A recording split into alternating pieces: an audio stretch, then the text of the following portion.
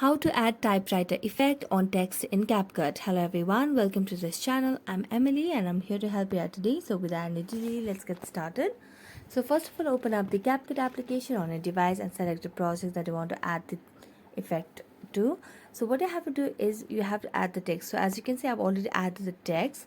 Now to create an effect or animation on the text of typewriter, what you can do is just tap on the text over here, then tap on the actual text and then swipe it to the left of the menu given below, then tap on animations, and as you tap on animations you can just scroll down and you can see the option of typewriter, which is a free version. So just tap on typewriter, and as you tap on that you can also select the intensity. So I'm going to tap on this one and then tap on take, and you'll be able to see the typewriter effect on CapCut.